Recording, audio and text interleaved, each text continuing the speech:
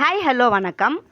நாவல் மரத்தில் இப்போ தான் கொஞ்சம் காய்கள் எல்லாம் பழுக்க ஆரம்பிச்சிருக்குங்க. எல்லாமே செங்காயாக இருக்குது. இன்னும் ஒரு வாரம் விட்டோம்னா எல்லாமே பழுத்து நல்லா பழம் வந்துடும். இந்த டைமில் பக்கத்து வீட்டு வாண்டு பசங்க வீட்டுக்கு வந்து மொட்டை மாடியில் காய்களை பறிக்க வந்து செடிகளெல்லாம் உடச்சி விட்டு போயிருக்காங்க. தொரடு மூலியமாக காய்களை பறிக்க ஆரம்பித்த பசங்க அந்த தொரடு பட்டு பெரிய கிளை உடஞ்சி போயிடுச்சு. பயந்து போன குட்டி பசங்க நான் வந்தால் திட்டுவேன் அப்படின்னு தொரடையும் அங்கேயே போட்டுவிட்டு ஓடி போயிட்டாங்க. கொஞ்ச நேரம் கழித்து வெளியே வந்து பார்த்த எனக்கு ஒரே அதிர்ச்சி. நிறைய பூக்களோடு இருந்த ஒரு பெரிய செவ்வந்தி, அதாவது சாமந்தி கிளை அப்படியே உடஞ்சி போய் இருந்துச்சுங்க.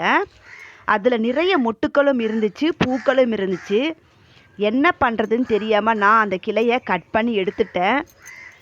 சின்ன பசங்க ஏதோ தெரியாமல் செஞ்சிட்டாங்க, நம்ம எதுவும் பண்ண முடியாது. லீவு விட்டால் பசங்களுடைய ப்ராப்ளம் இது ஒன்று தாங்க. நான் அதிலிருந்த பூக்களை மட்டும் தனியாக பறித்து எடுத்துக்கிட்டேன். அந்த கிளையை மறுபடியும் அப்படியே மண்ணில் சொருகி விட்டுருக்கேன். பார்க்கலாம் மறுபடியும் வளருதா அப்படின்னு. முசாண்டை செடியில் பூக்கள் ரொம்ப அழகாக பூத்துருந்துச்சுங்க. அதே மாதிரி ரோஜா மல்லி செடியில் ஒரே ஒரு பூ இன்றைக்கி ரொம்ப அழகாக பூத்துருந்துச்சு. அதையும் நான் பறித்து எடுத்துக்கிட்டேன். நாளைக்கு வெள்ளிக்கிழமை சாமிக்கு இந்த பூவெல்லாம் போட்டுடலாம் அப்படின்னு.